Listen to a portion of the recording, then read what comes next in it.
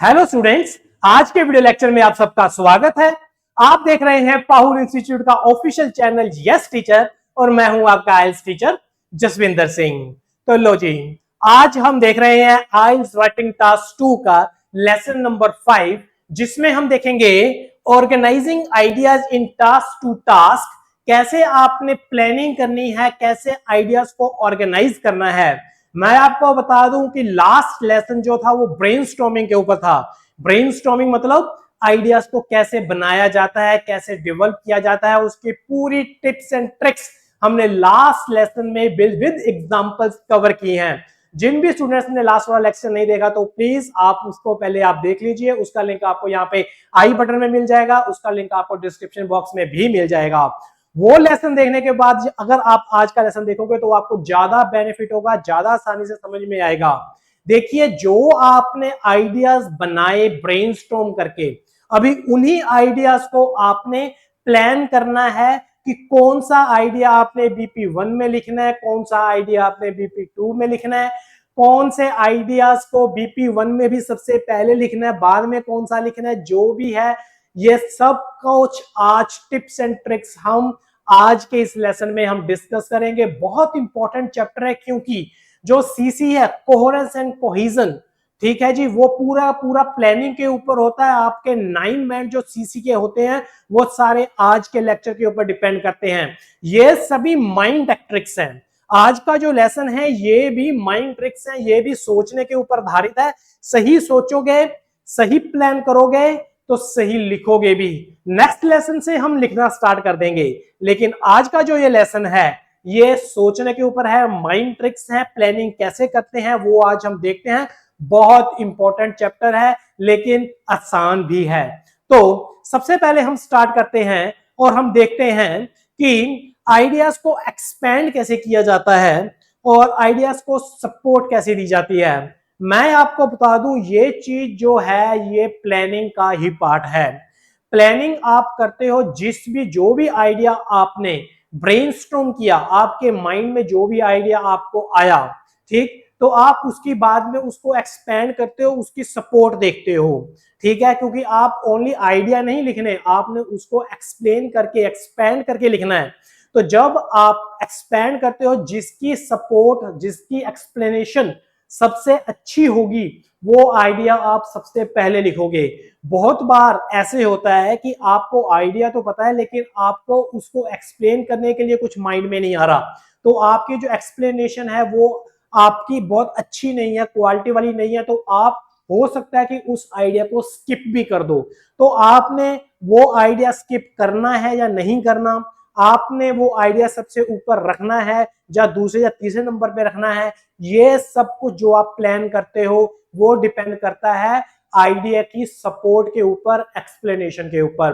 तो इसलिए सपोर्ट और एक्सप्लेनेशन क्या होती है, कैसे आइडिया को डेवलप करना है, जिसके आधार के ऊपर आपने आइडियाज को प्लेसमेंट देनी है, तो वो हम अभी डिस्कस करने वाले हैं। सबसे पहले आइडियाज को कैसे ब्रेनस्टॉर्म करना है ये हमने लास्ट लेसन में कवर कर चुके हैं, और आज के जो अभी का जो लेसन है इसमें हम देखेंगे कि आइडियाज को एक्सप्लेन कैसे किया जाता है। तो एक्सप्लेनेशन और सपोर्टिंग एन आइडिया, आपके पास आइडिया आपने देख लिया, क्या आइडिया है, इजंट इट। अभी ये वाला जो आइडिया है, इस आइडिया को जो सपोर्ट देनी है, ये आइडिया क्या है, ये वाई, रीजन। आपने रीजन पता किया तो आपको आइडिया समझ में आ गया। ये जैसे कि आपको बताया गया था ब्रेनस्टॉर्मिंग टेक्निक कि हमने रीजन देखना है, रीजन ही मेन आइडिया होता है। तो ये रहा आपका मेन आइडिया। अभी हम इस आइडिया को एक्सप्लेन करना है, तो जब आप इसकी एक्सप्लेनेशन करोगे तो एक्सप्लेनेशन में, ठीक है, सबसे पहले हम इस का आगे रीजन देखेंगे, REASON, रीजन। हम देखेंगे why this idea is true, idea सही क्यों लगता है, आप क्यों इस आइडिया को लिख रहे हो। तो सबसे पहले हम देखेंगे इसका रीजन। फिर इसके बाद अगर आपके माइंड में कोई प्रैक्टिकल एग्जांपल आ रही है तो आप वो एग्जांपल लिख देंगे from the real life scenario. फिर इसके बाद आप उस एग्जांपल के आधार के ऊपर आपके सामने कौन सा रिजल्ट आया, ठीक है, वो आप रिजल्ट लिखोगे, isn't it? क्योंकि जो भी आप कोई रीजन लिखोगे या फिर एग्जाम्पल लिखोगे, आपने उसका इफेक्ट भी बताना है कि उसका आगे इफेक्ट क्या हुआ, उसका आगे रिजल्ट क्या निकला, तो वो आप यहाँ पे रिजल्ट लिखोगे। तो रिजल्ट के बाद नीचे आप कंक्लूड करोगे, ठीक है, कंक्लूड करोगे कि क्यों आप इस आइडिया को अच्छा मानते हो या सही मानते हो, ठीक है, तो वो कंक्लूजन के ऊपर आ जाएगा। याद रहे ये जो कंक्लूजन है ये इस पर्टिकुलर आइडिया की सपोर्ट ही है, ठीक है, उसका ही पार्ट है। जब हमने ये जो चेक ऑफ लिस्ट मान लीजिए, इसको 4 पॉइंट्स हमने लिखे हैं, reason, example, result and conclusion, ये जो पूरा का पूरा है इसको हम एक्सप्लेनेशन बोलते हैं, एक्सप्लेनेशन, ठीक है, जहां फिर हम इसको सपोर्ट बोलते हैं, सपोर्ट, इजंट इट, कि आपने क्या सपोर्ट दी है। तो एक एक करके आप इसको ऐसे सोच सोच के लिख पाओगे। तो ये जो सपोर्ट है इसके आधार के ऊपर आप देखोगे, अगर तो आपके पास अच्छी सपोर्ट है, आपके पास ये जो नीचे वाले सभी आइडियाज अच्छे हैं, तब तो आप इसको बहुत अच्छे तरीके से सबसे पहले लिख सकते हो। अगर ये इन आइडियाज में, ठीक है, आपको सपोर्ट अच्छी नहीं मिलती है तो डेफिनेटली आप क्या करोगे, इसको स्किप भी कर सकते हो, या फिर जो पुअर सपोर्ट या लेस सपोर्ट वाले हैं वो सबसे नीचे आइडिया लिखे जाते हैं बॉडी पैराग्राफ के अंदर। तो ये हो गया एक्सप्लेनेशन कैसे करना है, सपोर्ट करना कैसे करना है। और हाँ, मैं आपको इसकी एब्रीविएशन बता दूं, जो एक्सप्लेनेशन लिखा रहता है, एक्सप्लेनेशन, इसको EXP करके आपको बुक्स के अंदर मिल जाएगा। EXP का मतलब एक्सप्लेनेशन है, EXP का मतलब एग्जाम्पल नहीं है, ये है एक्सप्लेनेशन, एक्सप्लेनेशन, ठीक है, मतलब एक्सप्लेन करना, एक्सपैंड करना।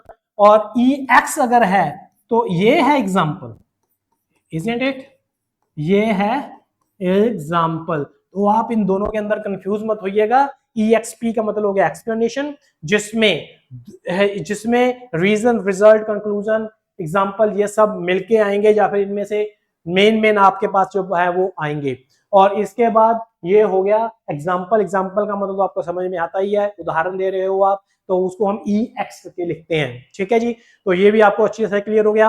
तो जब हम आगे, मैं आपको इसकी एग्जाम्पल बताऊंगा, ठीक है, कैसे आइडियाज को डेवलप किया जाता है, कैसे बॉडी पैराग्राफ लिखा जाता है, ये हम आगे जाके कवर करेंगे। तो सपोर्ट और एक्सप्लेनेशन क्या है आपको समझ में आ गया होगा। एक चीज मैं आपको और बता दूं, ठीक है जी, हमने ये भी देखना है कि आइडियाज को ऑर्गेनाइज कैसे करना है बॉडी पैराग्राफ्स में, इजंट इट।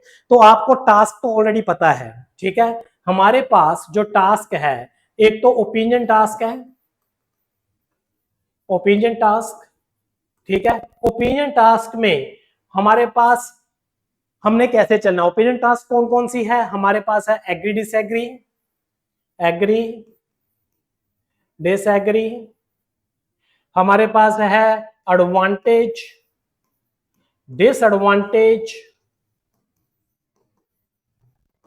हमारे पास है पॉजिटिव डेवलपमेंट, नेगेटिव डेवलपमेंट, और हमारे पास है डिस्कस बोथ व्यूज। क्या है, discuss both views. Discuss both views को आप दो में स्प्लिट कर सकते हो, एक हो गया आपका फेवर्ड व्यू, फेवर्ड व्यू, एक हो गया अपोज्ड व्यू, ठीक है, आप किसके ऊपर फेवर कर रहे हो, किसके ऊपर आप अपोज कर रहे हो।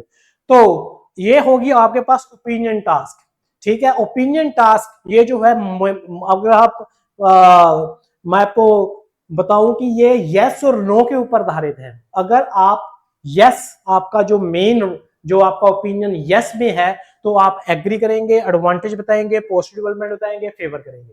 अगर आपका जो मेन ओपिनियन जो है वो नेगेटिव है, तो आप डिसएग्री करोगे, आप डिसएडवांटेज बताओगे, नेगेटिव डेवलपमेंट बताओगे, अपोज करोगे। तो सिंपल सी बात है, ये हो गया ओपिनियन टास्क। और इसको बॉडी पैराग्राफ में कैसे हमने करना है, ठीक है, कैसे हमने और प्लान करना है, कौन सा पार्ट हमने BP1 में लिखना है, कौन सा पार्ट हमने BP2 में लिखना है। तो सिंपल सी बात है, जो ये फर्स्ट पार्ट है, क्योंकि सभी जो टास्क हैं ये दो के अंदर डिस्ट्रीब्यूट की हुई है, agree disagree, advantage disadvantage. Positive development, negative development, favoured view, oppose view. तो ये जो है इसका एक पार्ट जो है वो BP1 में जाएगा, ठीक है जी, और जो दूसरा पार्ट है ये जाएगा BP2 में। Isn't it? सिंपल सी बात है, ठीक है जी। इसी तरीके से आपको बता दें कि जो नॉन ओपिनियन है,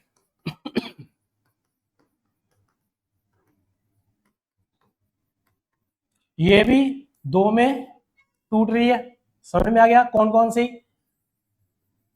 कॉज इफेक्ट, जिसको हम रीजन एंड रिजल्ट बोल देते हैं,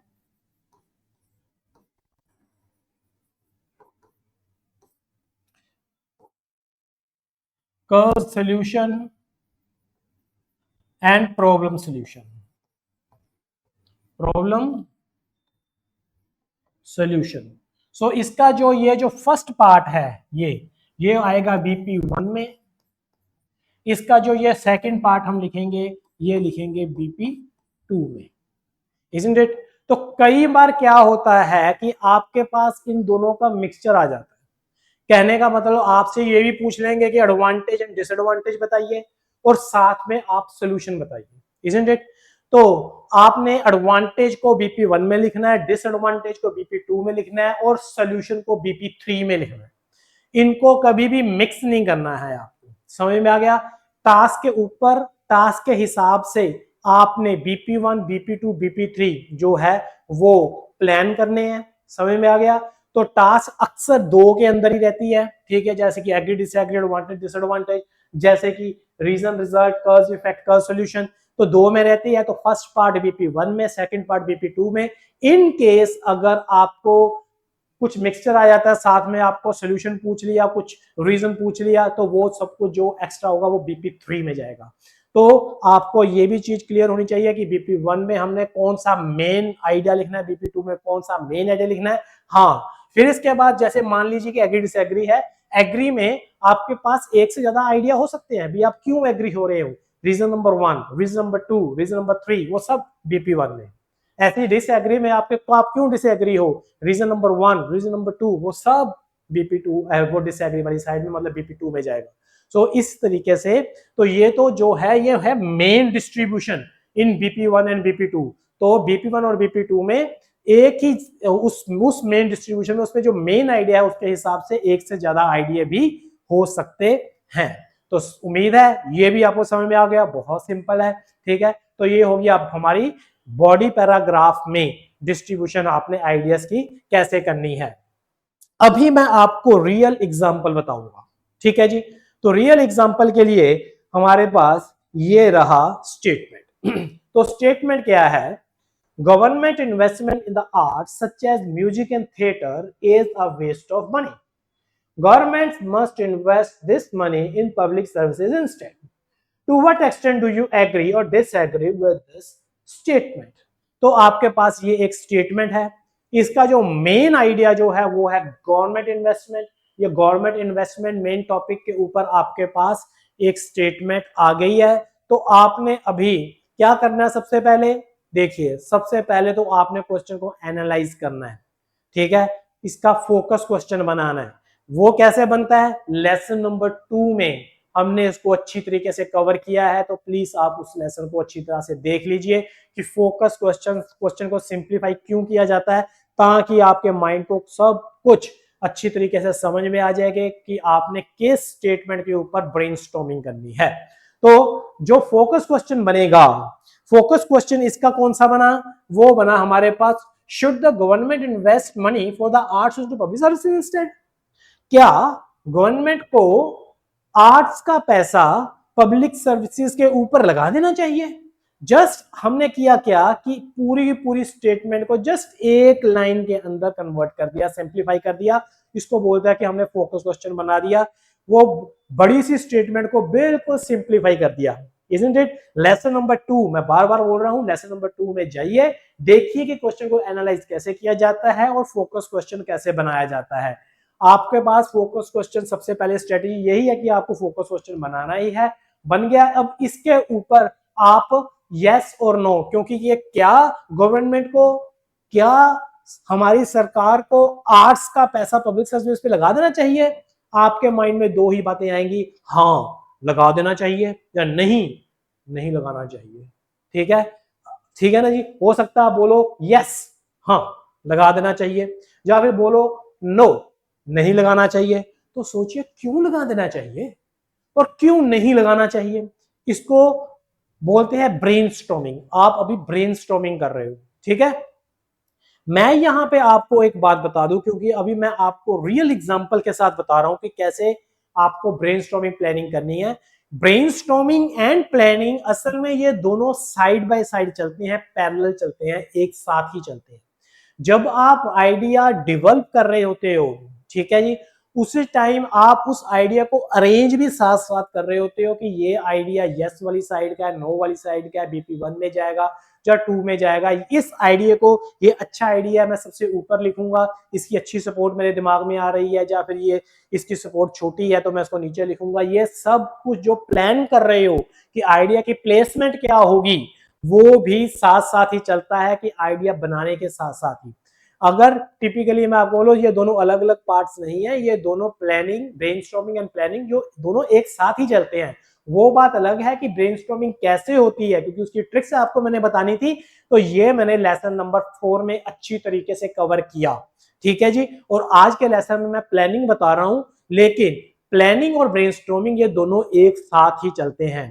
तो जैसे कि आपने पिछले वाले लेसन में भी देखा कि हाँ, अभी हमने पहले फोकस क्वेश्चन बना लिया, फोकस क्वेश्चन के ऊपर हमने देख लिया यस और नो, और यस और नो हम देखेंगे वाई। ब्रेनस्टॉर्मिंग का जो सबसे मेन जो कोर पॉइंट है, ठीक है, मेन पॉइंट है, वो ये है कि आपने वाई देखना है। वाई यस, अगर आप हाँ बोल रहे हो, अगर आप एग्री कर रहे हो तो क्यों हाँ, अगर आप नहीं नो वाली साइड में जा रहे हो तो क्यों नहीं।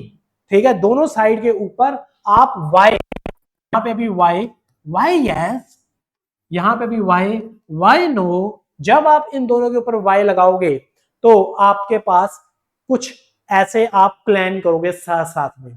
आपके पास सबसे पहले आप रफली क्या लिखोगे, ये सब कुछ रफ काम करना है, और इसके बाद इसी को ही सेम टू सेम फेयर बनाना है। Should the government invest money for the arts into public services instead, ये रहा हमारा फोकस क्वेश्चन। ठीक है जी, फिर इसके बाद हमने एक टेबल बना दिया। ठीक है, अभी हम यहाँ पे आइडियाज को प्लान करेंगे। ठीक है जी, अभी देखिए ये जो साइड है ये है यस वाली साइड, और ये जो साइड है ये है नो वाली साइड। सबसे पहले हम देखेंगे यस वाली साइड की। ठीक है, आप मतलब ये मान रहे हो कि आर्ट्स का पैसा, सही बात है, आर्ट्स का पैसा पब्लिक सर्विसेज में लगा देना चाहिए। ठीक है, तो आपका यस का मतलब क्या है, most money should be spent on public services. ठीक है, भाई पैसा जो है, ज्यादा से ज्यादा पैसा जो है वो पब्लिक सर्विस पे लगा देना चाहिए, आर्ट्स के ऊपर नहीं लगाना चाहिए। इस यस का मतलब ये है। समझ में आ गया? तो अभी आप बोलोगे क्यों भाई ज्यादा से ज्यादा पैसा लगाना चाहिए, आप अपने माइंड में सोच रहे हो।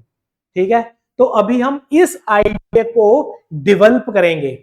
जैसे कि मैंने कुछ ही देर पहले आपको बताया कि आइडिया को डेवलप कैसे किया जाता है, इसको कैसे सपोर्ट देनी है। तो सबसे पहले हम इसका रीजन देखेंगे, फिर इसके बाद एग्जाम्पल देखेंगे, फिर इसके बाद रिजल्ट देखेंगे, फिर इसके बाद इस आइडिया को कंक्लूड करेंगे। सो सबसे पहले हमने देखा रीजन। सबसे पहले क्या देखा, रीजन। तो रीजन क्या है, क्यों पैसा ज्यादा लगा देना चाहिए। आपका माइंड बोल रहा है कि इंक्लूड्स हॉस्पिटल्स, क्योंकि पब्लिक सर्विसेज में हॉस्पिटल आते हैं, इजंट इट, पब्लिक सर्विसेज में हॉस्पिटल आते हैं, पब्लिक सर्विस, तो इसके साथ लाइफ जो है, क्वालिटी ऑफ लाइफ जो है वो इंप्रूव होती है। कि ज्यादा से ज्यादा पैसा अगर हम हेल्थ पे लगाते हैं, वैसे यहाँ पे हेल्थ जो है इसने ले ली, जबकि पब्लिक सर्विसेज में कौन कौन से मेन सेक्टर आते हैं, हेल्थ आती है, बिल्कुल ठीक है, मतलब हॉस्पिटल वगैरह आते हैं, और एजुकेशन आती है, स्कूल कॉलेज यूनिवर्सिटीज आती हैं, फिर इसके बाद हाउसिंग आती है, म्यूनिसिपल कॉर्पोरेशन, इलेक्ट्रिसिटी, पानी वगैरह, ये सब कुछ हो जाएगा। फिर इसके बाद इसमें जुडिशरी आती है, आपकी जो है सेशन कोर्ट्स हो गया, district courts, high courts, supreme courts, ये हो गया, ये आती हैं। और क्या, सिक्योरिटी आती है, सिक्योरिटी मतलब पुलिस वगैरह, ठीक है, आपकी सुरक्षा के लिए जो तैनात हैं, तो ये आते हैं। तो ये सब कुछ है, लेकिन इन्होंने जो एग्जांपल ली है, जस्ट एक एग्जांपल पकड़ ली कि हॉस्पिटल्स, क्योंकि इसमें हॉस्पिटल्स हैं, तो आप ज्यादा पैसा अगर हॉस्पिटल की साइड में लगाते हैं तो उसके साथ आपकी लाइफ की क्वालिटी बढ़ती है। Isn't it? तो रीजन माइंड में आ गया। ठीक है जी। इसके बाद कोई एग्जाम्पल, कि आपके दिमाग में कोई एग्जाम्पल आती है? तो इसने बोला है हाँ आती है जी, कि यूके में, यूके की बात कर रहा है, तो आप कहीं के भी दुनिया की बात कर सकते हो, लेकिन वो असल में होनी चाहिए, प्रैक्टिकली वो एग्जाम्पल कहीं पे घटित हुई होनी चाहिए।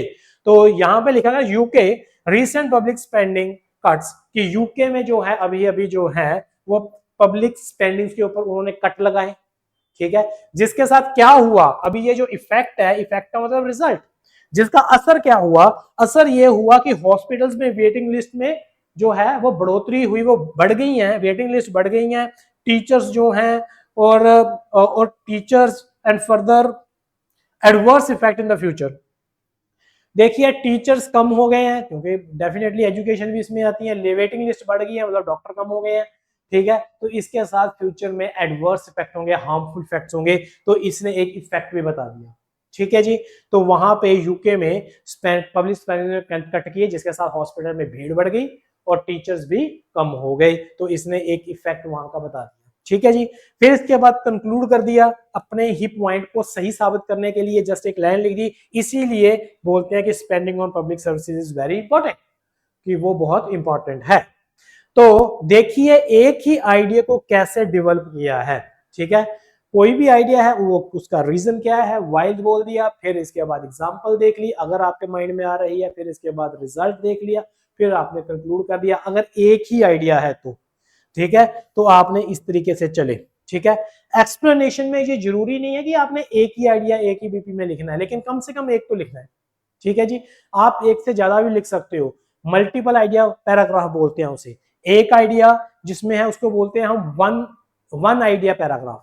तो ये वन आइडिया पैराग्राफ है। वन आइडिया पैराग्राफ में क्योंकि हमने वर्डिंग्स जो है उसको भी मेंटेन करना है, आपने 250 वर्ड्स भी लिखने हैं, क्योंकि वर्डिंग्स मेंटेन करने के, वर्ड काउंट मेंटेन करने के लिए तो हम इसको बिल्कुल ज्यादा एक्सप्लेन करते हैं, हम ज्यादा रीजन, रिजल्ट, इफेक्ट ये सब कुछ बताते हैं।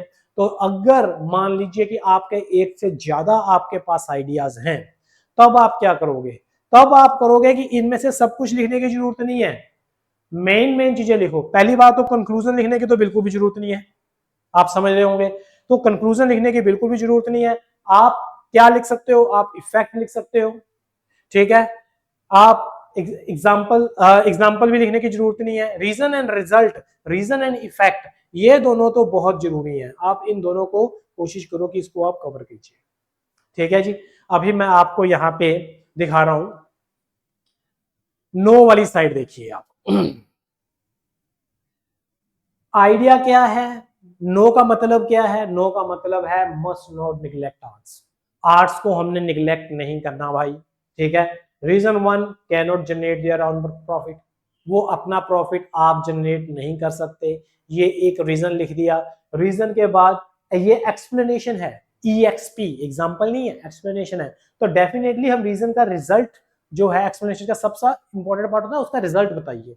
तो रिजल्ट क्या है? मे क्लोज डाउन, तो ये बंद हो सकते हैं। ये हमने छोटा करके क्यों लिखा? क्योंकि यहाँ पे अभी आइडिया नंबर 2 बता दिया। आइडिया का मतलब है रीजन, मैं बार बार आपको बताता हूं, अपने माइंड को बोलिए कि रीजन बताइए भाई। तो उसने बोला भी दूसरा रीजन मेरा नो बोलने का ये है कि इम्पैक्ट्स क्वालिटी ऑफ लाइफ, इसके साथ भी क्वालिटी ऑफ लाइफ के ऊपर असर पड़ता है, इसके साथ भी।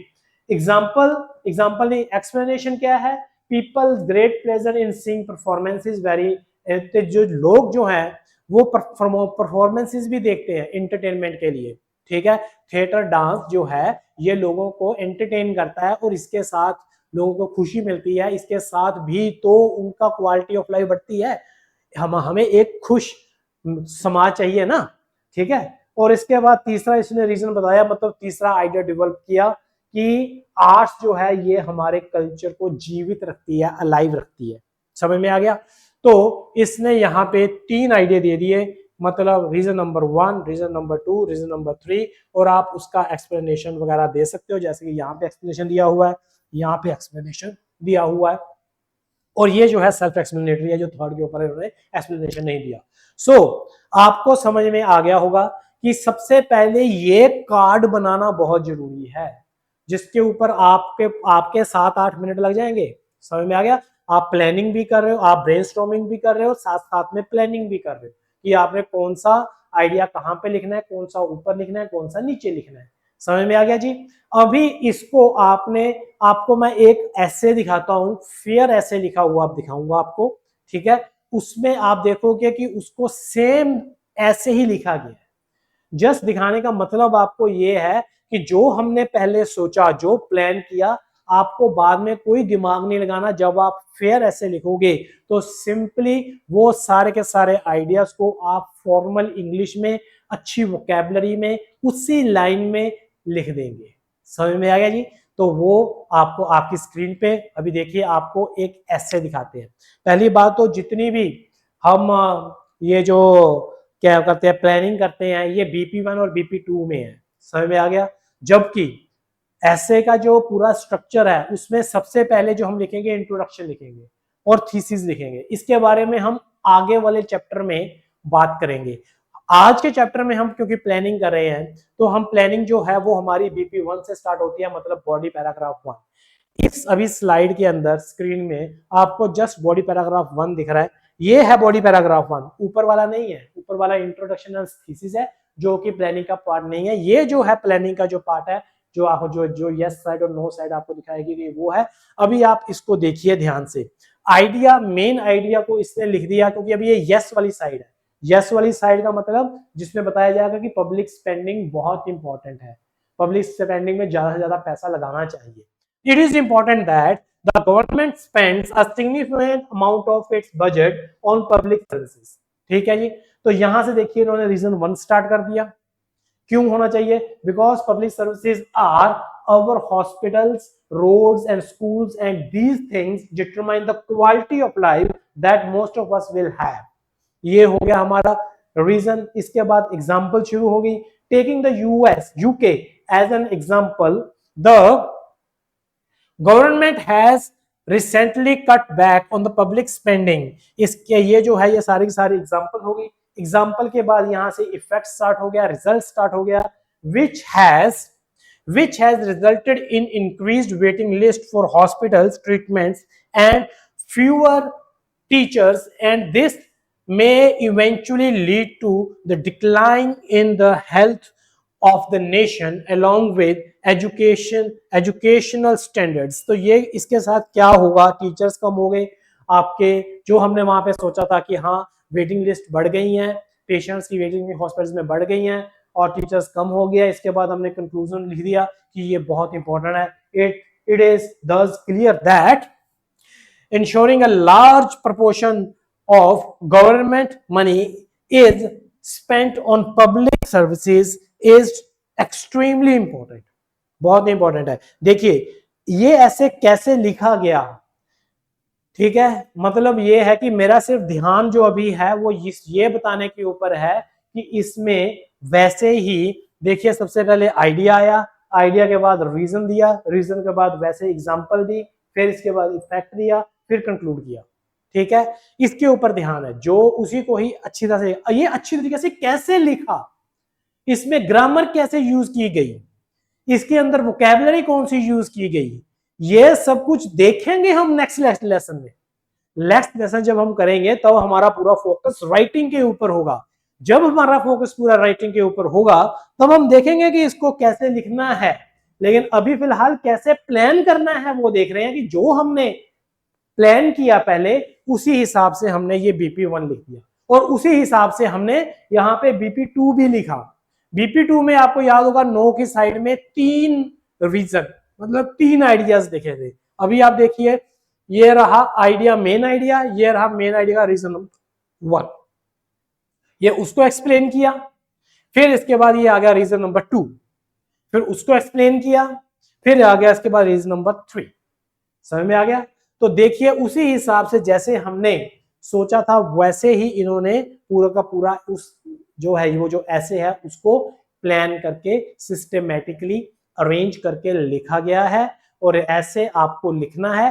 कैसे लिखना है, वोकैबुलरी, ग्रामर एंड ऑल वो सब कुछ देखेंगे हम जब हम आगे के लेसन में, जब हम देखेंगे कि लिखना कैसे है। तो आपको जस्ट स्ट्रक्चर बता देता हूं। BP1 BP2 के बाद जस्ट नीचे कंक्लूजन आपके पास आएगा, तो यहाँ पे कंक्लूड किया हुआ है और ये भी, इसमें भी 2 लाइन होती है। पहली लाइन जो है कंक्लूजन और सेकंड लाइन में हम लिखते हैं होप सजेशंस तो इसकी बारे में बाद में मैं आपको अच्छी तरह से बताऊंगा कि कंक्लूड कैसे करना है, क्या नहीं करना है। तो आपको अच्छी तरीके से समझ में आ गया होगा ये माइंड गेम क्या है भाई। आपको ये जो पहले 10 मिनट लग जाते हैं कम से कम, इसमें आपने माइंड लगाना है लिखने से पहले। तो उसमें हमने क्या क्या करना है, हमारी जो स्ट्रेटेजी है वो क्या है। सबसे पहले पहली बात तो ये है कि जो हमने प्लानिंग की है, जो प्लानिंग है वो बॉडी पैराग्राफ 1 में क्या लिखना है और बॉडी पैराग्राफ 2 में क्या लिखना है, इसके ऊपर आधारित है। फिर इसके बाद जो हमारी पूरी की पूरी स्ट्रेटेजी रहेगी वो क्या रहेगी, सबसे पहले हमने एनालिसिस करना है, क्वेश्चन का फोकस क्वेश्चन बनाना है जो हमने लेसन नंबर 2 में कवर किया था। फिर हमने ब्रेनस्टॉर्मिंग करनी है जो हमने लेसन नंबर 4 में कवर किया हुआ है। फिर इसके बाद हमने प्लानिंग करनी है जो आज का हमारा लेसन है। ठीक है, ये सारा का सारा पार्ट जो है ये आपका पूरा सोचने के ऊपर आधारित है कि आपको क्वेश्चन को पहले इजी बनाना है, सब कुछ ध्यान में रखते हुए इस क्वेश्चन को इजी बनाना है। फिर उस क्वेश्चन के ऊपर आपने ब्रेनस्टॉर्मिंग करनी है।